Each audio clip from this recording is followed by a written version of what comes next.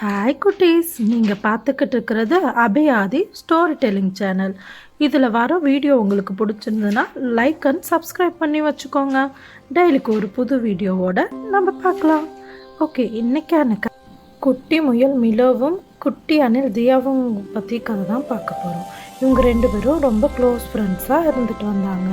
One day இவங்க காட்டில் ஜாலியாக சுற்றி சுற்றி விளையாடிட்டு இருக்கும்போது ரெயின்போவை பார்த்ததும் தியா ரொம்ப ஷாக் ஆகி எக்ஸைட் ஆகி அதை ரொம்ப பார்த்துட்டு இருந்தா. அப்போது அவளுக்கு திடீர்னு ஒரு யோசனை தோணுச்சு, நம்ம ஏன் மிலோவை கூட்டிகிட்டு இந்த வானவில் தேடி போகக்கூடாதுன்னு. சரின்னு முடிவெடுத்த ரெண்டு பேரும் மெதுவாக வானவில்லை நோக்கி நடக்க ஆரம்பித்தாங்க.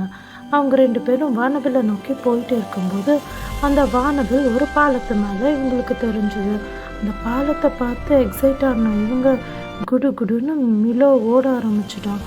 அதை பார்த்து ஷாக் ஆகிட்டு இவ்வளோ பின்னாடி போனால் காற்று வீசினதில் டக்குன்னு ஸ்டெப் ஆக ஆரம்பிச்சிடுச்சு. அவன் கையை பிடிச்சி ஸ்ட்ராங்காக நிற்க வச்சதியா, ஓகே ரிலாக்ஸ், இப்போ கொஞ்சம் ஃப்ரீயாக விடு, பொறுமையாக போகலான்னு அவனை ரிலாக்ஸ் பண்ணி அங்கேருந்து மெதுவாக அந்த அழகான வானவில் பாலத்தை ரசிச்சுக்கிட்டே நடந்து காட்டை நோக்கி போக ஆரம்பித்தாங்க. அவங்க காட்டை நோக்கி போகிட்டு இருக்கும்போது ஒரு மரக்கட்டை விழுந்து 5 பறவைகள் அதில் மாட்டிக்கிட்டு இருந்தது. அதை பார்த்ததும் உடனே அவங்களுக்கு உதவி பண்ணணும்னு சொல்லி மீலாவும் திவ்யாவும் அவங்களுக்கு ஹெல்ப் பண்ண ஆரம்பிச்சிட்டாங்க.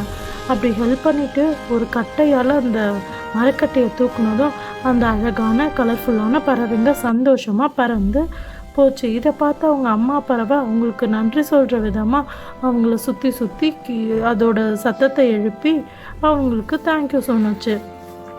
இதுலேருந்து தெரிஞ்சது, நமக்கு சந்தோஷங்கிறது நம்ம பார்க்குற விஷயத்துலையோ அனுபவிக்கிற விஷயத்துலையோ இல்லை, நம்ம மற்றவங்களுக்கு செய்கிற உதவி கூட நம்ம மனசுக்கு ரொம்ப சந்தோஷத்தை கொடுக்கும்னு.